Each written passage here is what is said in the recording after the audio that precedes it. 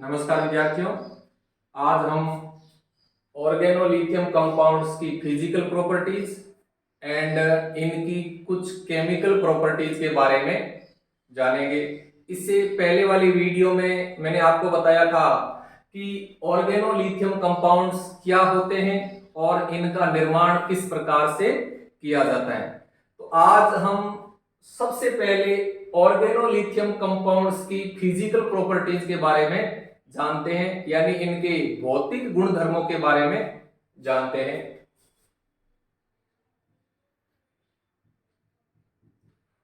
Physical properties.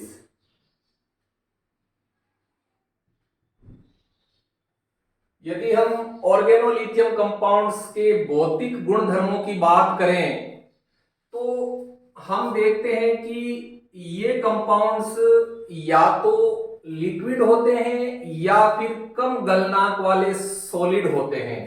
तो पहली physical properties ये हो जाती है कि ये कंपाउंड्स लिक्विड अथवा लो मेल्टिंग पॉइंट वाले सॉलिड होते हैं। यानी ऑर्गेनोलिथियम कंपाउंड्स या तो लिक्विड होते हैं या फिर कम गलनांक वाले सॉलिड होते हैं। ठीक, नेक्स्ट फिजिकल प्रॉपर्टीज की बात करें तो ये जो ऑर्गेनोलिथियम कंपाउंड्स होते हैं ये ऑर्गेनिक सॉल्वेंट में सोल्यूबल होते हैं। ऑर्गेनिक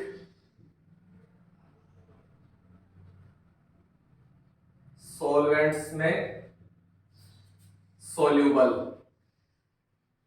यानी कार्बनिक विलायकों में विलयशील होते हैं। ऑर्गेनोलिथियम कंपाउंड्स होते हैं ये कार्बनिक विलायकों में विलयशील होते हैं। नेक्स्ट फिजिकल प्रॉपर्टीज की बात करें तो ये जो ऑर्गेनोलिथियम कंपाउंड्स होते हैं ये ज्वलनशील प्रकृति के होते हैं। इनकी ज्वलनशील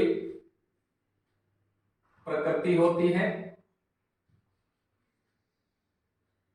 नेक्स्ट फिजिकल प्रॉपर्टीज की बात करें तो ये जो ऑर्गेनोलिथियम कंपाउंड्स होते हैं ये जल एवं वायु के प्रति बहुत अधिक रिएक्टिव होते हैं। जल एवं वायु के प्रति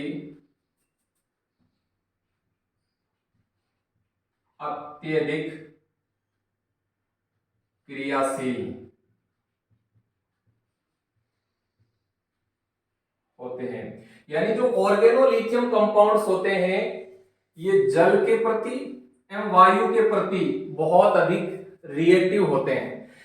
यदि हम इन यौगिकों को वायु में खुला छोड़ दें तो ये वायु के साथ शीघ्रता से क्रिया करके जलने लगते हैं, और जल के साथ खुला छोड़ दें तो जल के साथ ये तुरंत रिएक्शन करके हाइड्रोकार्बन बना देते हैं। तो कहने का अर्थ ये है कि जो ऑर्गेनोलिथियम कंपाउंड्स होते हैं ये जल एवं वायु के प्रति अत्यधिक क्रियाशील होते हैं।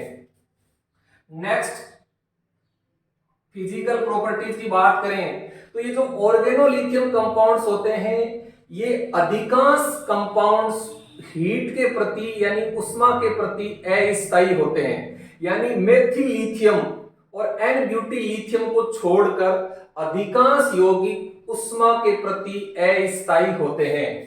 यानी अधिकांश कंपाउंड्स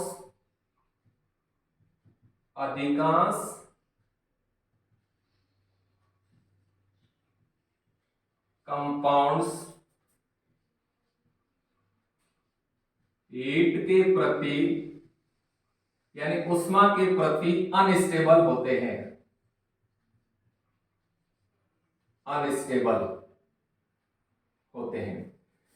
तो ये क्या करते हैं कि जब उष्मा के संपर्क में आते हैं तो ये क्या करते हैं कि अपघटित हो जाते हैं। लेकिन यह ध्यान रखना मेथिलिथियम और एन ब्यूटिलिथियम को छोड़कर बाकी जो अधिकांश ऑर्गेनोलिथियम कंपाउंड्स होते हैं ये ऊष्मा के प्रति अनस्टेबल होते हैं। तो ये अनस्टेबल कंपाउंड क्या होते हैं, क्या करते हैं कि कमरे के ताप पर या इसे उच्च ताप पर क्या करते हैं कि ये लिथियम हाइड्राइड और एल्कीन में अपघटित हो जाते हैं। जिस प्रकार से हम देखते हैं, मान लीजिए हमारे पास में एथिल लिथियम है CH3 CH2 एथिल लिथियम है जो कि ऊष्मा के प्रति अनस्टेबल है। तो ये क्या करेगा, कमरे के ताप पर या इसे उच्च ताप पर क्या करेगा, अपघटित हो जाएगा।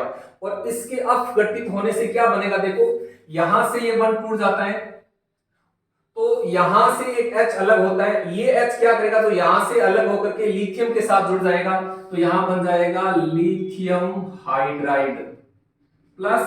अब देखो यहां से ये बॉन्ड टूट गया तो एक CO इस कार्बन की कम होगी, और यहां से एक H अलग हो गया तो एक CO इस कार्बन की भी कम होगी। तो इन दोनों कार्बन के बीच में यहां क्या आ जाएगा, डबल बॉन्ड आ जाएगा, तो यहां बन जाएगा ethene CH2 double bond CH2। तो इस प्रकार से अधिकांश ऑर्गेनोलिथियम कंपाउंड्स ऊष्मा के प्रति अनस्टेबल होते हैं, जो कि कमरे के ताप पर या इसे उच्च ताप पर लिथियम हाइड्राइड एवं एल्कीन में अपघटित हो जाते हैं। तो ये ऑर्गेनोलिथियम कंपाउंड्स की कुछ फिजिकल प्रॉपर्टीज हैं जो आपको अच्छी तरह से याद रखनी है। अब हम आगे बढ़ते हैं और पढ़ते हैं कि जो ऑर्गेनोलिथियम कंपाउंड्स होते हैं इनकी केमिकल प्रॉपर्टीज क्या होती है। तो नेक्स्ट बिंदु लेते हैं हम केमिकल प्रॉपर्टीज। ऑर्गेनोलिथियम कंपाउंड्स के रासायनिक गुणधर्मों के बारे में जानते हैं हम। केमिकल प्रॉपर्टीज,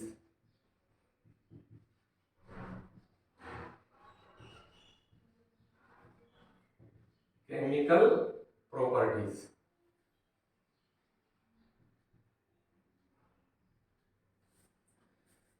देखो ऑर्गेनिक सिंथेसिस में देखें तो दो रिएजेंट ऐसे होते हैं जिनका ऑर्गेनिक सिंथेसिस में बहुत अधिक यूज होता है। यानी ये जो दो रिएजेंट्स हैं ये ऑर्गेनिक सिंथेसिस की दृष्टि से बहुत अधिक महत्वपूर्ण होते हैं, जिनमें एक रिएजेंट होता है एल्किल मैग्नीशियम हैलाइड जिसको हम ग्रिग्नार्ड रिएजेंट कहते हैं, और दूसरा रिएजेंट है एल्किल लिथियम जिसको हम ऑर्गेनो लिथियम कंपाउंड्स कहते हैं। ये दोनों ही ऑर्गेनो मेटेलिक कंपाउंड्स होते हैं और दोनों ही बहुत अधिक क्रियाशील होते हैं, और इन दोनों रिएजेंट्स का ऑर्गेनिक सिंथेसिस में बहुत ही महत्वपूर्ण योगदान होता है।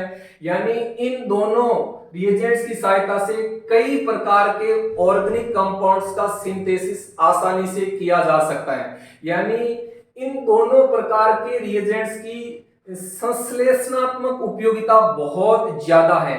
ठीक, तो अब हम केमिकल प्रॉपर्टीज के आधार पर इन दोनों का कंपैरिजन करें।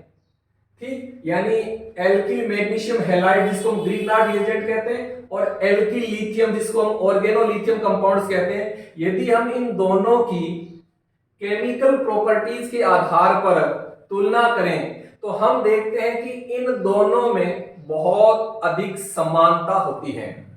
यानी रासायनिक गुणधर्मों के आधार पर इन दोनों के अंदर बहुत अधिक समानता पाई जाती है। लेकिन जो ऑर्गेनोलिथियम कंपाउंड्स होते हैं, जो एल्किल लिथियम कंपाउंड्स होते हैं, ये ग्रिग्नार्ड रिएजेंट की तुलना में मोर रिएक्टिव होते हैं। यानी ऑर्गेनोलिथियम कंपाउंड्स ग्रिग्नार्ड रिएजेंट की तुलना में अधिक क्रियाशील होते हैं।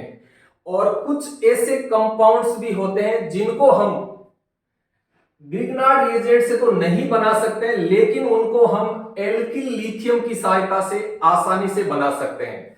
तो यहां हम ये देखते हैं कि जो ऑर्गेनोलिथियम कंपाउंड्स होते हैं ये ग्रिग्नार्ड रिएजेंट की तुलना में श्रेष्ठ होते हैं, उत्तम होते हैं। इसीलिए हम ऑर्गेनोलिथियम कंपाउंड्स को सुपर ग्रिग्नार्ड रिएजेंट अर्थात उत्तम ग्रिग्नार्ड अभिकर्मक भी कहते हैं। तो यहां से कई बार क्वेश्चन पूछ लिया जाता है कि सुपर ग्रिग्नार्ड रिएजेंट क्या होते हैं, समझाइए।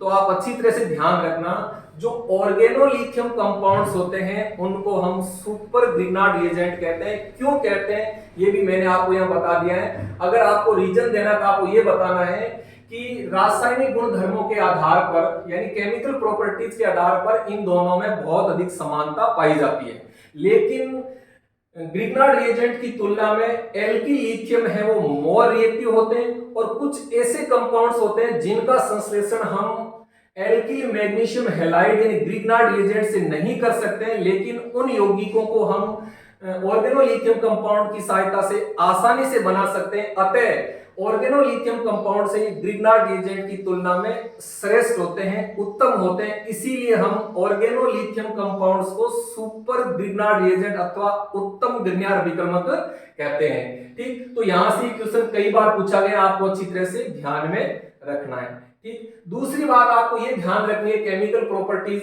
के अंतर्गत कि जो एल्किल लिथियम होते हैं या ऑर्गेनोलिथियम कंपाउंड्स होते हैं ये अच्छे नाभिक सनी होते हैं यानी गुड न्यूक्लियोफाइल्स होते हैं, और ये अच्छे बेस भी होते हैं यानी स्ट्रॉन्ग बेस भी होते हैं। तो इन दो बातों को भी अच्छी तरह से ध्यान में रखना है केमिकल प्रॉपर्टीज के अंतर्गत कि जो ऑर्गेनोलिथियम कंपाउंड्स होते हैं ये गुड न्यूक्लियोफाइल्स एवं स्ट्रॉन्ग बेस होते हैं। ठीक, अब हम कुछ केमिकल प्रॉपर्टीज देखते हैं ऑर्गेनोलिथियम कंपाउंड्स की। तो हम सबसे पहली केमिकल प्रॉपर्टीज लेते हैं एक्टिव H एटम युक्त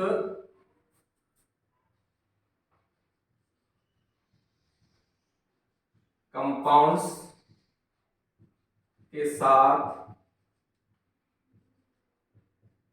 रिएक्शन, सक्रिय हाइड्रोजन परमाणु युक्त यौगिकों के साथ रिएक्शन।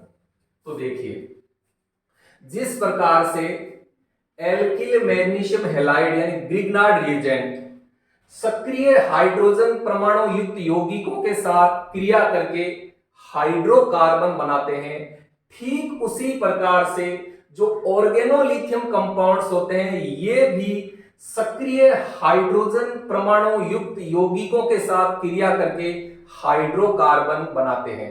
ठीक, अब देखो सक्रिय H एटम युक्त कंपाउंड्स कौन कौन से होते हैं। देखो जल है, HCl है, अमोनिया है, एल्कोहल है, और भी बहुत सारे कंपाउंड्स होते हैं जिनके अंदर सक्रिय हाइड्रोजन परमाणु होता है यानी जिनके अंदर एसिडिक हाइड्रोजन परमाणु होता है। तो उन यौगिकों के साथ ऑर्गेनोलिथियम कंपाउंड्स की यदि रिएक्शन करवाए जाए तो ये ऑर्गेनोलिथियम कंपाउंड्स उन यौगिकों के साथ अभिक्रिया करके हाइड्रोकार्बन बनाते हैं। ठीक, तो यहां देखो ये जो दोनों प्रकार के रिएजेंट्स हैं एल्किल मैग्नीशियम हैलाइड और एल्किल लिथियम, ये दोनों ही सक्रिय हाइड्रोजन परमाणु युक्त यौगिकों के साथ रिएक्शन करके हाइड्रोकार्बन बनाते हैं। ठीक, तो हम कुछ देखो यहाँ रिएक्शन देखते हैं। यहां हम एक्टिव H एटम युक्त कंपाउंड लेते हैं। सबसे पहले जल, यदि हम जल के साथ एल्किल लिथियम की रिएक्शन करवाएं, एल्किल लिथियम की रिएक्शन करवाएं तो देखो इसके अंदर जो ये सक्रिय हाइड्रोजन परमाणु है ये सक्रिय हाइड्रोजन परमाणु इस R के साथ जुड़ जाएगा। ठीक, यहां देखो ये सक्रिय हाइड्रोजन परमाणु पॉजिटिव है और यहां R है वो नेगेटिव है, तो ये R के साथ में सक्रिय हाइड्रोजन परमाणु यहां जुड़ जाता है तो बन जाते हैं RH यानी हाइड्रोकार्बन। प्लस अब देखो इसका जो पॉजिटिव पार्ट है लिथियम और इसका जो नेगेटिव पार्ट है OH, ये आपस में जुड़ जाते हैं और बन जाता है लिथियम हाइड्रोक्साइड। ठीक, और हम सक्रिय हाइड्रोजन एटम युक्त कंपाउंड लेते हैं HCl की क्रिया यदि हम एल्किल लिथियम के साथ करवाते हैं तो यहां भी देखो सेम रिएक्शन होगी। ये जो सक्रिय हाइड्रोजन परमाणु है ये इस R के साथ जुड़ जाएगा, इस R के साथ जुड़ जाएगा तो यहां बन जाएगा RH प्लस अब इसका जो नेगेटिव पार्ट है क्लोराइड वो इस लिथियम के साथ जुड़ जाएगा क्योंकि यहाँ लिथियम पॉजिटिव पार्ट है तो बन जाएगा लिथियम क्लोराइड। ठीक, नेक्स्ट सक्रिय हाइड्रोजन एटम युक्त कंपाउंड की बात करें तो हम यहां ले लेते हैं एल्कोहल। एल्कोहल, यदि एल्कोहल की रिएक्शन एल्किल लिथियम के साथ करवाएं तो यहां एल्कोहल में क्या होता है कि ये जो H है ये सक्रिय हाइड्रोजन परमाणु है और ये इस R के साथ जुड़ जाता है तो यहां बन जाता है RH प्लस अब देखो इस जो पॉजिटिव पार्ट है लिथियम, इसके साथ में इसका नेगेटिव पार्ट एल्कोक्साइड जुड़ जाएगा, तो यहां बन जाएगा लिथियम एल्कोक्साइड।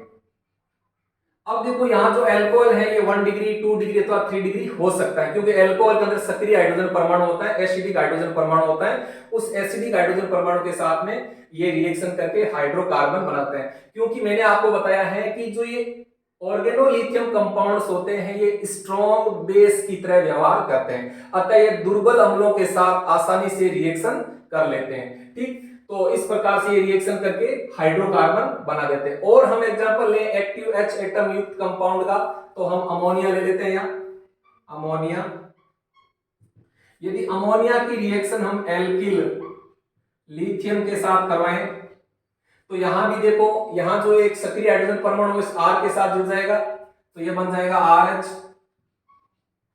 प्लस। अब यहां से देखो इसका पॉजिटिव पार्ट लिथियम, इसका नेगेटिव पार्ट NH2, तो ये जुड़ जाएंगे, तो बन जाएगा LiNH2। इसी प्रकार से 1 डिग्री एमीन और 2 डिग्री एमीन के अंदर भी सक्रिय हाइड्रोजन परमाणु होते हैं, वो भी ऑर्गेनोलिथियम कंपाउंड के साथ रिएक्शन करके हाइड्रोकार्बन बनाते हैं। इसके अलावा और भी बहुत सारे एक्टिव H एटम युक्त कंपाउंड्स होते हैं जो ऑर्गेनोलिथियम कंपाउंड्स के साथ रिएक्शन करके हाइड्रोकार्बन बना देते हैं। ठीक, तो ये पहले प्रकार की रिएक्शन हो गई एक्टिव H एटम युक्त कंपाउंड्स के साथ रिएक्शन। तो प्रोडक्ट क्या बनता है? हाइड्रोकार्बन। ठीक, क्या बन जाता है? हाइड्रोकार्बन बन जाता है। ये अच्छी तरह से आपको याद रखना है, सारी रिएक्शन एक जैसी होती हैं। अब हम दूसरे प्रकार की केमिकल रिएक्शन लेते हैं।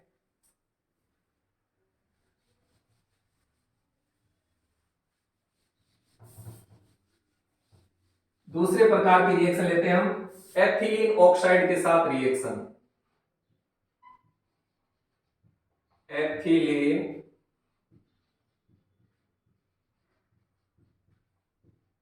ऑक्साइड के साथ रिएक्शन। अब देखो एथिलीन ऑक्साइड के साथ जब ऑर्गेनोलिथियम कंपाउंड्स की अभिक्रिया करवाई जाती है, तो देखो क्या बनता है।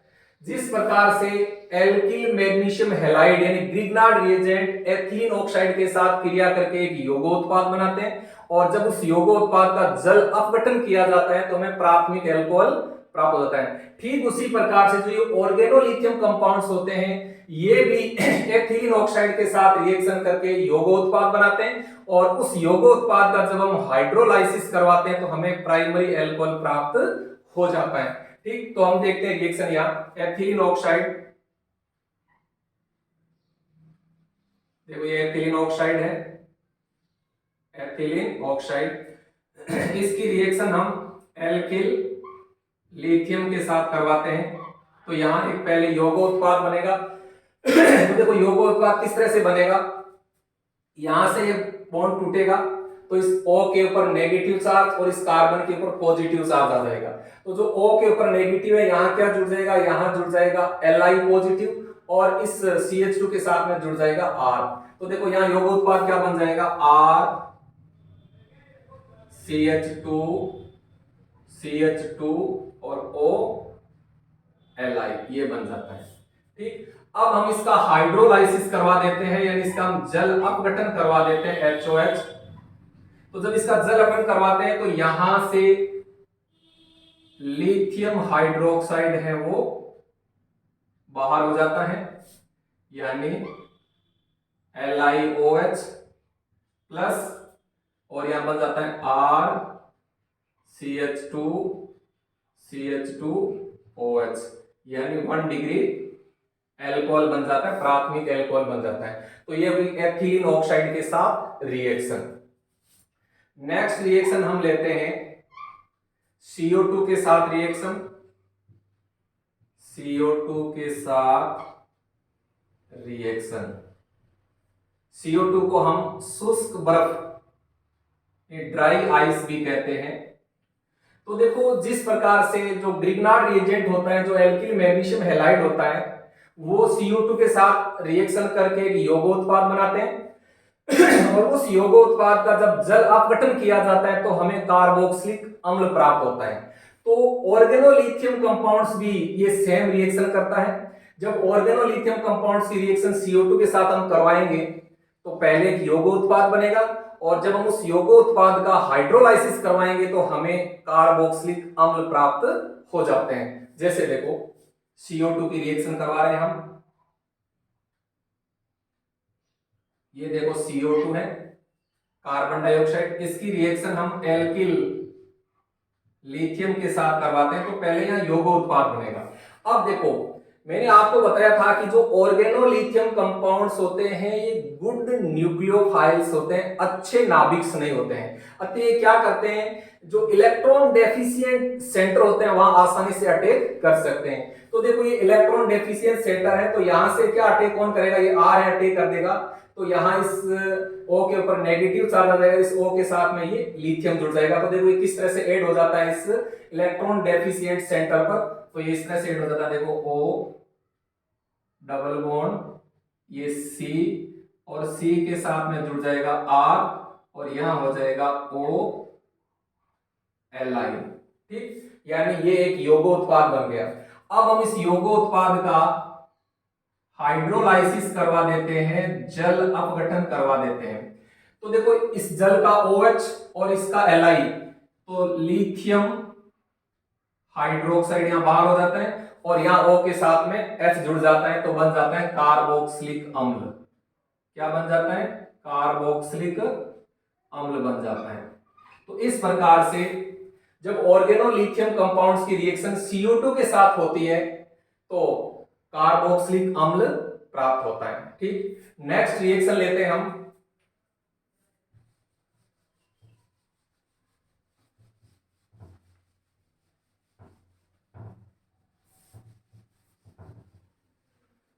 चौथे प्रकार की केमिकल रिएक्शन लेते हैं हम, हेलोजन के साथ रिएक्शन। हेलोजन के साथ रिएक्शन, तो देखो जो ऑर्गेनोलिथियम कंपाउंड्स होते हैं ये हेलोजन के साथ रिएक्शन करके अपघटित हो जाते हैं, और अपघटित होकर के देखो क्या बनाते हैं वो देखिए, यानी एल्किल लिथियम। यदि हम एल्किल लिथियम की रिएक्शन हेलोजन के साथ करवाते हैं तो देखो ये अपघटित हो जाते हैं। हेलोजन में देखो क्या होता है, यहां एक हेलोजन परमाणु पॉजिटिव होता है, एक नेगेटिव होता है। तो इसका जो पॉजिटिव हेलोजन परमाणु होगा वो क्या करेगा, इसके नेगेटिव, इसका नेगेटिव R है तो R के साथ जुड़ जाएगा, तो एक बन जाएगा RX, और इसका जो X जो नेगेटिव पार्ट है X, यानी इस X का जो पॉजिटिव पार्ट है वो तो R के साथ जुड़ जाएगा, इसका जो नेगेटिव पार्ट है वो लिथियम के साथ जुड़ जाएगा, तो बन जाएगा लिथियम हैलाइड। तो देखो जब हम एल्किल लिथियम की रिएक्शन हेलोजन के साथ करवाते हैं तो ऑर्गेनोलिथियम कंपाउंड है वो एल्किल हैलाइड एवं लिथियम हैलाइड में अपघटित हो जाते हैं। ठीक, अब देखो मैंने आपको यहां बताया कि एल्किल लिथियम के स्थान पर या तो मेथिल लिथियम लेते हैं हम या एन ब्यूटिल लिथियम लेते हैं, क्योंकि मेथिल लिथियम एवं एन ब्यूटिल लिथियम ही रूम टेम्परेचर पर स्टेबल होते हैं। अतः यहां हम जितनी भी केमिकल रिएक्शंस देख रहे हैं ये या तो मेथिल लिथियम की लेते हैं या फिर एन ब्यूटिल लिथियम की लेते हैं, ध्यान रखना। ठीक, नेक्स्ट रिएक्शन की बात करें हम तो एल्किल हैलाइड के साथ रिएक्शन, RX के साथ रिएक्शन। तो देखो RX के साथ रिएक्शन करवाने पर क्या बनता है, यदि हम ऑर्गेनोलिथियम कंपाउंड्स की रिएक्शन एल्किल हैलाइड के साथ करवाएं तो हमें उच्चतर हाइड्रोकार्बन प्राप्त हो जाते हैं। देखो किस तरह से, RX की रिएक्शन हम एल्किल लिथियम के साथ करवाते हैं, एल्किल लिथियम, तब देखो क्या होता है, यहां से हेलोजन और लिथियम साथ में जुड़ जाते हैं और बन जाता है लिथियम हैलाइड, और ये R और ये R जुड़ जाता है तो उच्चतर हाइड्रोकार्बन प्राप्त हो जाता है। ठीक, तो इस प्रकार से आज हमने ऑर्गेनोलिथियम कंपाउंड्स की या 5 केमिकल प्रॉपर्टीज के बारे में जाना। अदर जो केमिकल प्रॉपर्टीज हैं वो हम नेक्स्ट वीडियो में पढ़ेंगे। थैंक यू, धन्यवाद।